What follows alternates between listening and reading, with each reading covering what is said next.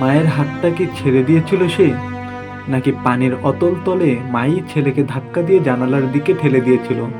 দৌলতদিয়া ঘাটে বাসটি যখন ডুবে যাচ্ছিল, তখন পানির নিচে চলছিল এক মা আর ছেলের জীবন মৃত্যুর লড়াই। ছোট্ট এই শিশুটি বেঁচে ফিরেছে ঠিকই, কিন্তু সে ফেলে এসেছে তার জীবনের সবচেয়ে দামি মানুষটিকে, তার মাকে। বাসের জানালার কাঁচ ভেঙে যখন সে বেরিয়ে আসছিল, তখনও পানির নিচে তার মা বাঁচার লড়াই করছিলেন। কিন্তু ছোট্ট এই হাত দুটির কি শক্তি ছিল মাকে টেনে তোলার?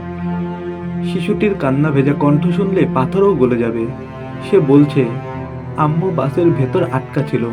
আমি আম্মুকে বের করার চেষ্টা করেছি অনেক, কিন্তু পারি নাই।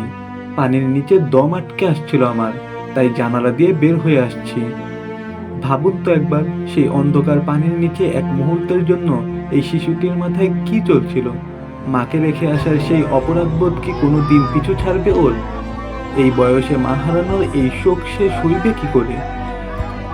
প্রতিটি ঈদে আমরা নারীর টানে বাড়ি ফিরি, কিন্তু এই বাসের যাত্রীরা কি জানতেন এটাই হবে তাদের জীবনের শেষ যাত্রা?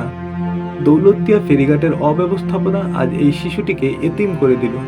বাসের পন্টুন থেকে নদীতে পড়ে যাওয়া কি নিছক দুর্ঘটনা নাকি অবহেলা? আজ এই শিশুর চোখের জলের জবাব কে দেবে? একের পর এক প্রাণ যাচ্ছে, কিন্তু পন্টুনের নিরাপত্তা নিশ্চিত করতে আমাদের আর কত প্রাণ দিতে হবে?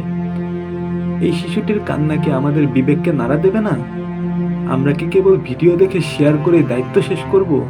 এই এতিম শিশুটির ভবিষ্যতের দায়ভার কে নেবে? আপনার সন্তানদের জড়িয়ে ধরে একবার ভাবুন তো ওর কথা। শিশুটির মায়ের জন্য এবং নিখোঁজ সবার জন্য দোয়া করবেন।